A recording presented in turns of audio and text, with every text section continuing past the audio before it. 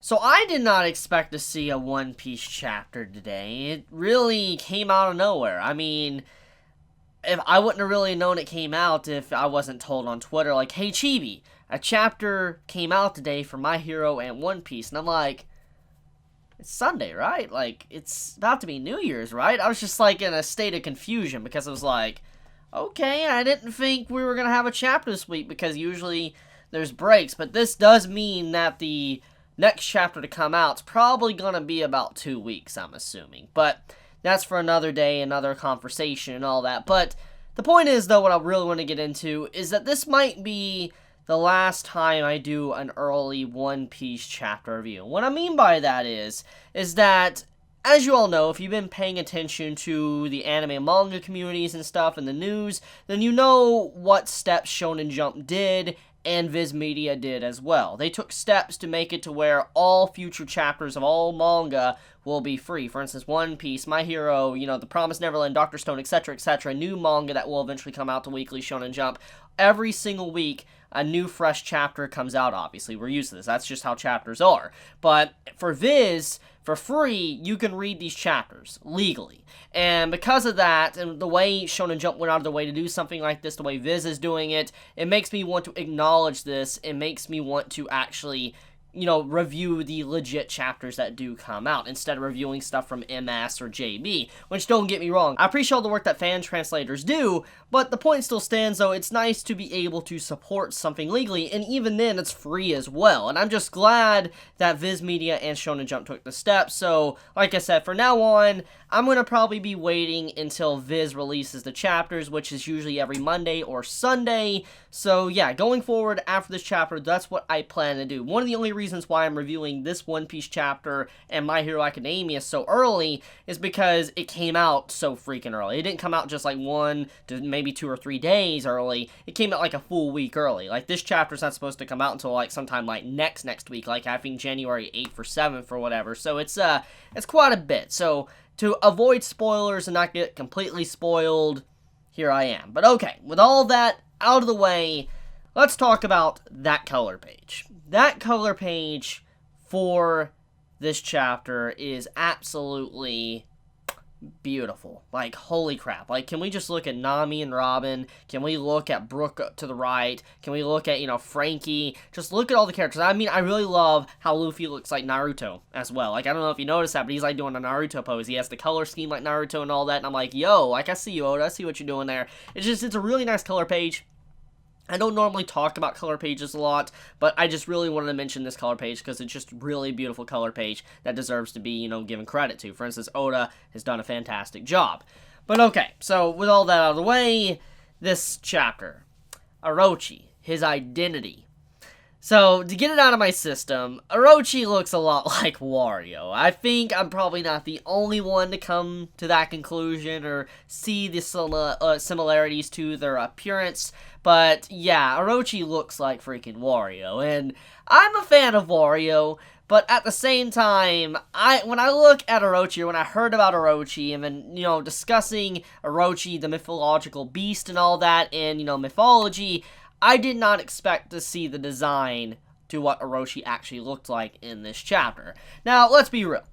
When it comes to Oda in One Piece, he has so many wacky characters, crazy design characters, and it's one of the biggest appeals to One Piece because so many characters look so funky or weird that you never really know what to expect when you have a new character introduced. In this case, Orochi is very similar. He is a very weird, bizarre looking dude that honestly doesn't really give off an impression of a really serious leader of Wano, and it looks more and more like he might just be a simple figurehead instead of someone that really has any power. However, his actions in the chapter speak very differently about who he is. Not just, me talking about Orochi and the mythological, legend behind it, which I talked about a couple chapters back, but it's also the fact that Orochi, his presence, what he did to CP0 was pretty freaking unnerving. Because let's look at this entire scene real quick. CP0 has been built up for a very long time. Ever since, like, the beginning of the New World, almost. They've been built up with Daffy and all that, and how they're the direct, military operatives underneath the world nobles. They listen to their beck and call. We know this. And seeing how they confronted Orochi, the Wano's leader, and he was like, making fun of them. He's like, you guys always had to deal with pirates to be able to fight pirates. For instance, referencing that they always went to Daffy to be able to get their weapons to be able to fight pirates, aka Kaido, or other major, baddies in, the Grand Line, New World, whatever. They've always done their business like that. And he was basically mocking them, like, now that Daffy is gone, and he's no longer here to, kind of be the person in the middle, you're having to come here personally to talk to me to be able to get your weapons from Kaido. And it's a very interesting look on how Orochi is as a character, because it's clear as day, he does not fear CP0. He does not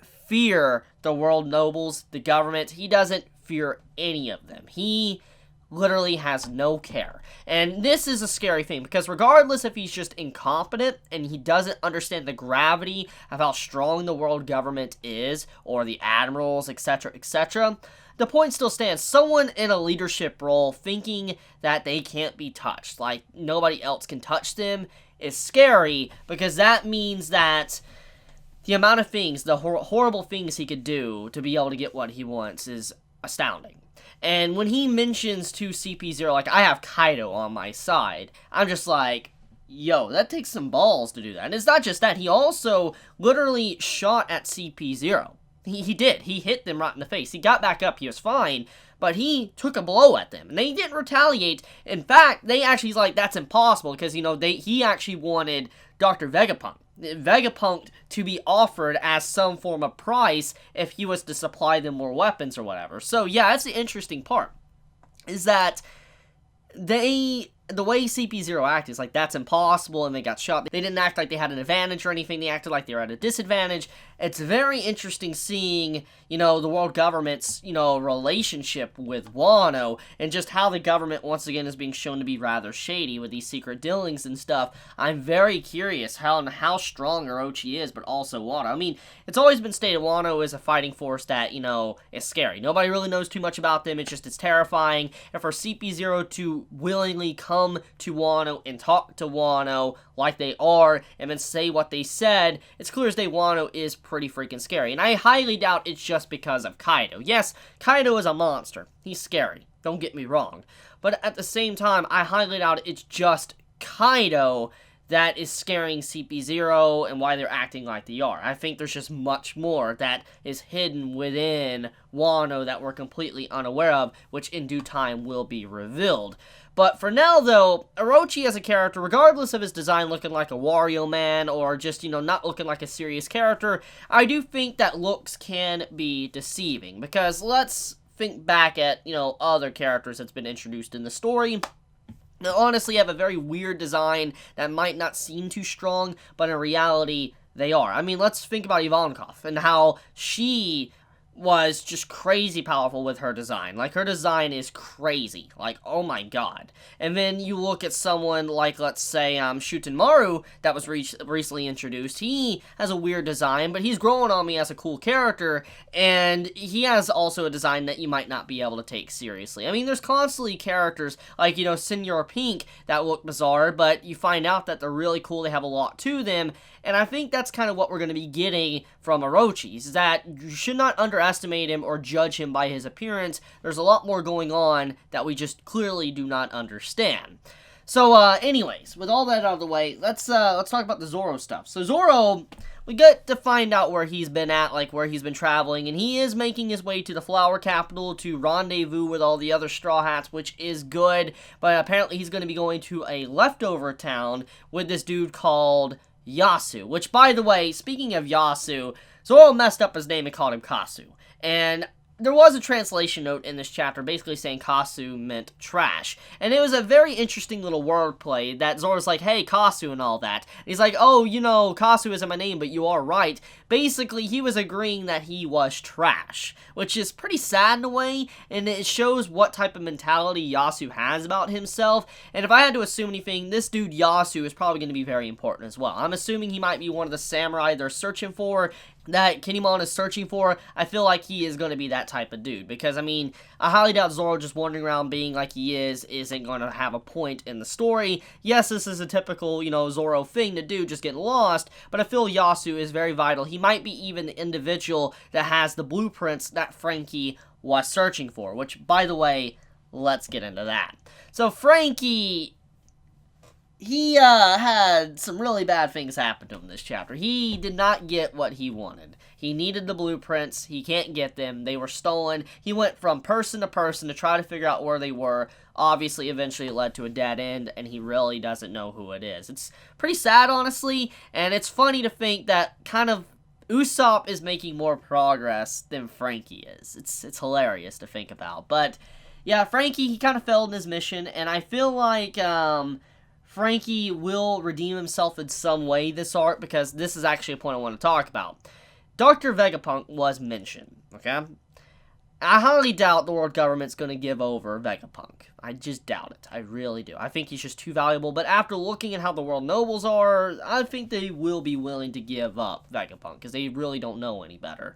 But the point still stands, though. I feel like Frankie will probably be someone that has to take the role of Vegapunk. Whatever Orochi wants Vegapunk for, I feel like Frankie might be the ticket into that. You know, whatever he wants. I feel like something like that might happen. Since Frankie was in a lab underneath, like, Vegapunk, like he was in his old lab and stuff, I feel like, you know, Frankie might know some things Orochi is seeking. Who really knows? One last thing before I wrap up this video. My boy Drake and Page 1 looking awesome. Like, look at those character designs. Like, yo, Drake's hybrid form is pretty awesome, and I cannot wait to finally find out more about Drake, since it's been such a long time since we have really gotten to see him. I do wonder if he might join Luffy's side on taking down Kaido. Who really knows? But that's about it. That's pretty much the chapter for One Piece this week. Let me know your thoughts in the comments below. If you enjoy my content, you know, please subscribe. If you like this video, please leave a like. And if you want to get notified for whenever I upload a video, please click the bell icon down below. And with that, Chibi out.